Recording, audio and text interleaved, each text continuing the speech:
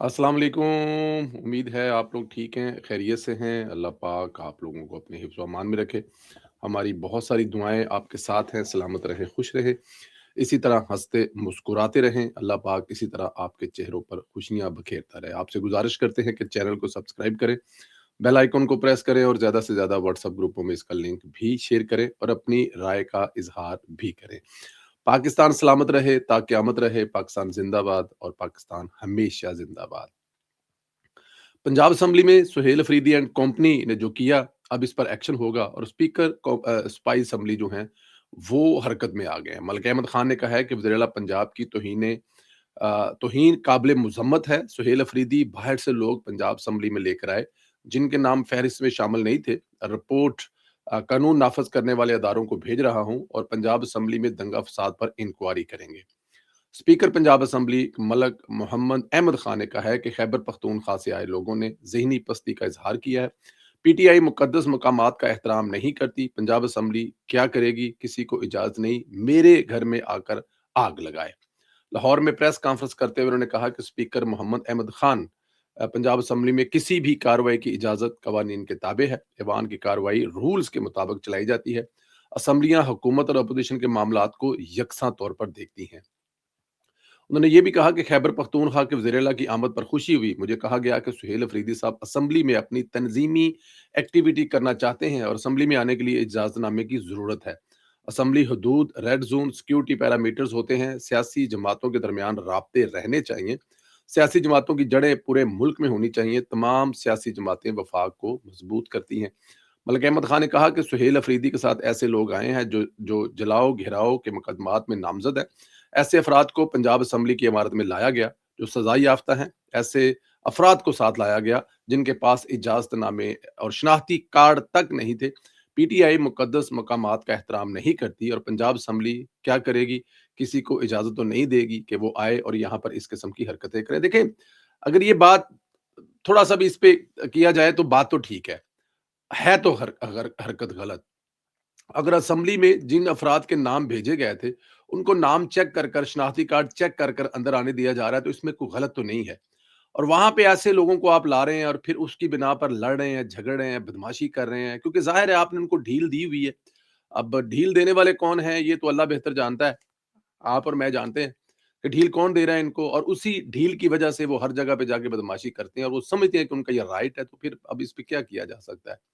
खैर, सुहेल अफरीदी के नाकाम दौरा लाहौर की गवाही देने जो आलिया हमजा साहब हैं, वो भी मैदान में आ गई है।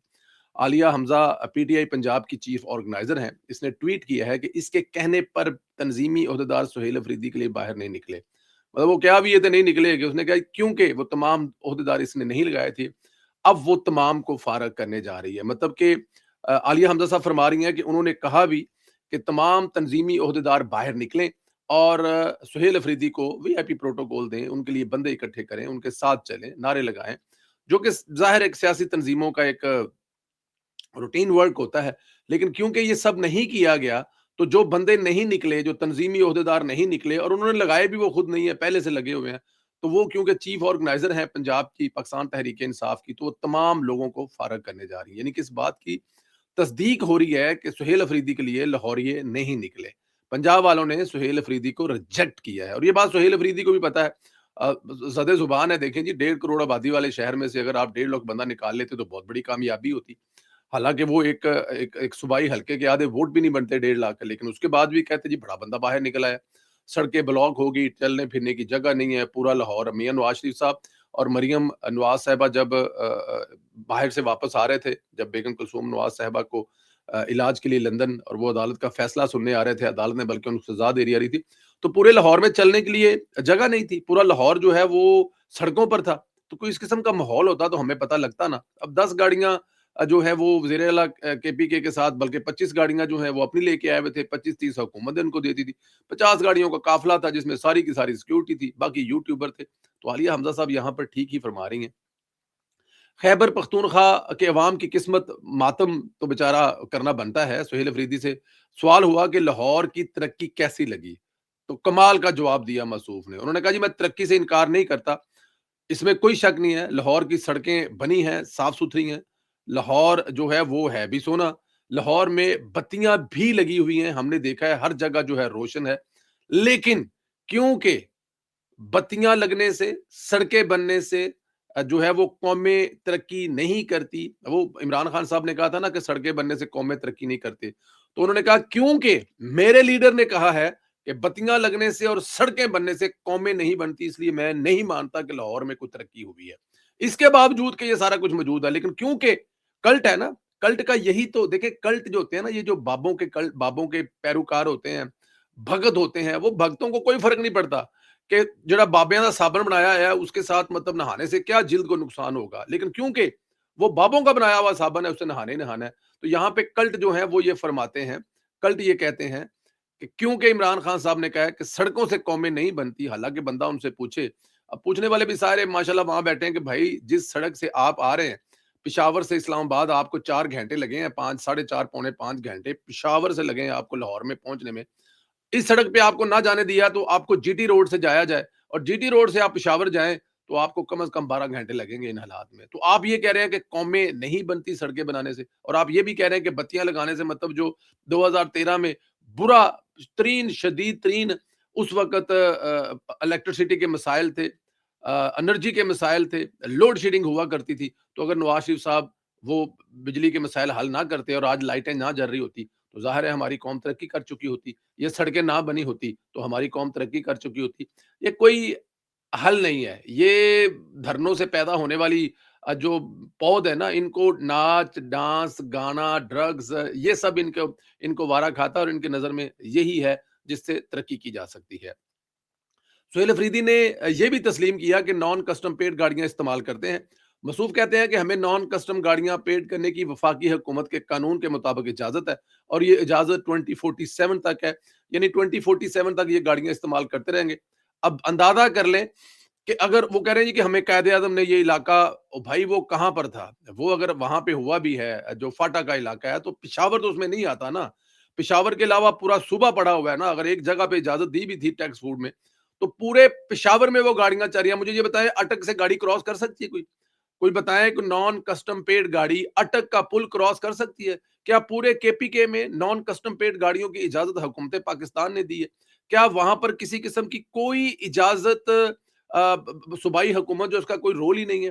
اب ان سے سوال کیا گیا کہ سگریٹ، بھائی دیکھیں جو انٹرنیشنل سگریٹس ہیں وہ پاکستان میں بین ہیں، لیکن پاکستان کی ہر جگہ پہ بک رہے ہیں، اور اس کا وہ الزام جو ہے وہ فوجیوں پہ ڈال رہے ہیں۔ وہ ہر بات کا ایکچولی انہوں نے الزام فوجیوں پہ ڈالا ہے کہ بھائی فوجی وہاں سے سگریٹ آنے کیوں دیتے ہیں، کیونکہ وہاں پہ جو سیکیورٹی ہے وہ تمام کی تمام فوج کے پاس ہے، بارڈر کی سیکیورٹی ساری وہاں پہ ہے، تو وہ کہہ رہے ہیں کیونکہ وہ آنے دیتے ہیں، ان کی ملی بھگت سے سگریٹ آتے ہیں اور پورے ملک میں بکتے ہیں۔ اگر وہ آ رہے ہیں وہاں سے تو ملک میں جہاں پہ بک رہے ہیں، آپ کے صوبے میں آ کر جہاں سے آگے جا رہے ہیں، آپ کے صوبے سے سمگل ہو کے باقی پورے پاکستان میں جا رہے ہیں، وہ روکنا تو آپ کا کام ہے نا۔ اگر بارڈر سے نہیں رکے تو اس کا مطلب ہے کہ وہ حلال ہو گئے، جائز ہو گئے، کیونکہ بارڈر سے نہیں رکے۔ آپ کی حکومت کا کوئی کام نہیں ہے، اس سوال کا جواب ان کے پاس نہیں تھا۔ اس طرح بہت ساری دوسری چیزوں کا، دہشت گردی کو روکنے کے بارے میں انہوں نے کہا جی ہمارا کوئی قصور نہیں ہے، دہشت گردی کرواتے یہ ہیں۔ ایک تو یہ کہہ کے ان کا نام لے کے ظاہر ہے فوج کا نام تو نہیں لیتے تھے، لیکن ہر مدعا جو ہے، ہر برائی کی جڑ جو ہے وہ فوج پر ہی ڈالے جا رہے تھے۔ اور میں بتا دوں آپ کو، یہ جس طرح کی ذہن سازی کر رہے ہیں نا، یہ لاہور میں بیٹھ کر اس طرح کی گفتگو کر رہے تھے میڈیا کے سامنے، ان کا کہ ہر کام جو ہے وہ فوج کر رہی ہے، تو یہ وہاں پر اپنے صوبے میں جو بریک کاروائی ڈال رہے ہیں وہ آگے جا کے ایک بہت بڑا مسئلہ بنانے والی ہے۔ میں یہ آپ کو ابھی بتا دیتا ہوں، کیونکہ اپنی نالاکی جو ہے وہ یہ تمام کی تمام فوج پر ڈال رہے ہیں۔ اڈیالہ میں عمران خان کے ساتھ والی چکی میں قید رہنے والے محمد علی مرزا نے پی ٹی آئی کا جھوٹ بے نقاب کر دیا۔ عمران خان اور میری جیل کی چکی ایک ساتھ ہے۔ عمران خان کی کو 6 چکیاں ملی ہوئی ہیں۔ اب اندازہ کریں کہ مرزا صاحب بتا رہے ہیں کہ عمران خان صاحب کو 6 چکیاں ملی ہوئی ہیں۔ عمران خان کے لیے دیسی گھی کے تڑکوں کی خوشبو آتی ہے۔ عمران خان کو قید تنہائی میں نہیں رکھا گیا، او تپے بہ کے تپ سیک دینے۔ اب آپ اس سے اندازہ کریں کہ میرے بہت سارے دوست ہیں، وہ یہاں پر بھی ہیں، ہالینڈ میں بھی ہیں اور باہر بھی ہیں، ان کو بڑا اعتراض ہے کہ پرویز سندھیلا لکھتا کیونکہ عمران خان صاحب جناب 4 کلو مچھی عمران خان کھا گیا، ناشتے 12 انڈے کھا گیا۔ یہ سن لیں، یہ وہ گواہی ہے جو انجینئر محمد علی مرزا دے رہے ہیں کہ دیسی گھی کے تڑکوں سے کھانے بنتے ہیں خان صاحب کے لیے، اور یہاں پہ کہتے ہیں جی عمران خان صاحب کو قید تنہائی میں رکھا گیا اور ان کو برے برے خواب آتے ہیں۔ او بھائی، ان کو لیے کچی مرغی دیندے نے، کچا بکرا دیندے نے، اس کے ساتھ جو وہاں رہنے والے پکا کر ساتھ میں خان صاحب دیسی مرغی کے علاوہ، دیسی گھی کے علاوہ کچھ نہیں کھاتے ہیں، اور اس کی گواہی اب آ گئی ہے۔ मोहम्मद अली मिर्जा ने ये सब कुछ बताया है। अरशाद भट्टी जो पीटीआई का बड़ा फेवरेट है, इसके साथ इंटरव्यू में एक-एक इंशा की है। अब यूथिये जो हैं, इरशाद भट्टी को तो कुछ नहीं कह रहे, मोहम्मद अली मिर्जा को गालियाँ निकाल रहे हैं। भाई मोहम्मद अली मिर्जा के मुँह से ये तमाम बातें निकलवाई किसने है? अगर मोहम्मद अली आपके बकौल यूथियों के बकौल टाउट है, तो यहाँ पे इरशाद भट्टी साहब क्या हैं? इरशाद भट्टी की एक्सेस कैसे है? पहला इंटरव्यू, पहला पॉडकास्ट वो किसको दे रहे हैं? इरशाद भट्टी को दे रहे हैं। किससे दिला रहे हैं? मोहम्मद अली मिर्जा से दे रहे हैं। तो इसका मतलब है कि दोनों ही एक साइड से खेल रहे हैं। वो चाहे इरशाद भट्टी साहब हों, चाहे मोहम्मद अली मिर्जा साहब हों, तो यूथिये जो है ना वो एक साइड, उनको इरशाद भट्टी फेवरेट है उनका, लेकिन इरशाद भट्टी ने जो-जो बातें उनसे करवाई हैं वो उनको पसंद नहीं है। इमरान खान बादशाहों की तरह जेल में रह रहा है। साथ वाले सेल में कहते हैं कि साथ वाले जेल जो जो जो 12 6 बैरकों के साथ किसी कैदी की कोई ऐसी जहाँ पे कोई वहां पे वो कैद है ना, उसको खांसी भी लगी है तो उसकी वो बैरक चेंज करवा देते हैं कि इसको दूर ले जाओ। खान साहब को किसी का खांसना भी पसंद नहीं है। हाँ जी, देसी मुर्गी, देसी कुक्कड़, देसी घ्यो, देसी बकरे, 12 नाश्ते, अजीब अजीब तरह के ना ਜਿਹੜੇ ਤੁਹਾਨੂੰ ਤੇ ਮੈਨੂੰ नहीं आते, वो खान साहब नाश्ते फड़का रहे हैं और सुबह शाम फड़का रहे हैं। पाकिस्तान स्टॉक एक्सचेंज 100 इंडेक्स तारीख की नई बुलंदी पर पहुंच गई है।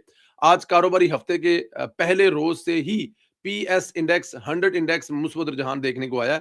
एक मौके पर 100 इंडेक्स 1918 पॉइंट इजाफे से 1,74,319 पर ट्रेड करता दिखाई दिया और पाकिस्तान स्टॉक एक्सचेंज 100 इंडेक्स में 1,74,319 जो है वो अब तक सबसे बुलंद तरीन। ये देखिए, ये भी जो एजाज है ना, ये नवाज शरीफ के दौर में या फिर शहबाज शरीफ के दौर में, और अल्लाह के हुक्म से जाहिर है यूथी अब ये भी कहेंगे कि स्टॉक एक्सचेंज के ऊपर जाने से क्या होता है, उससे मुल्क तरक्की थोड़ी करता है।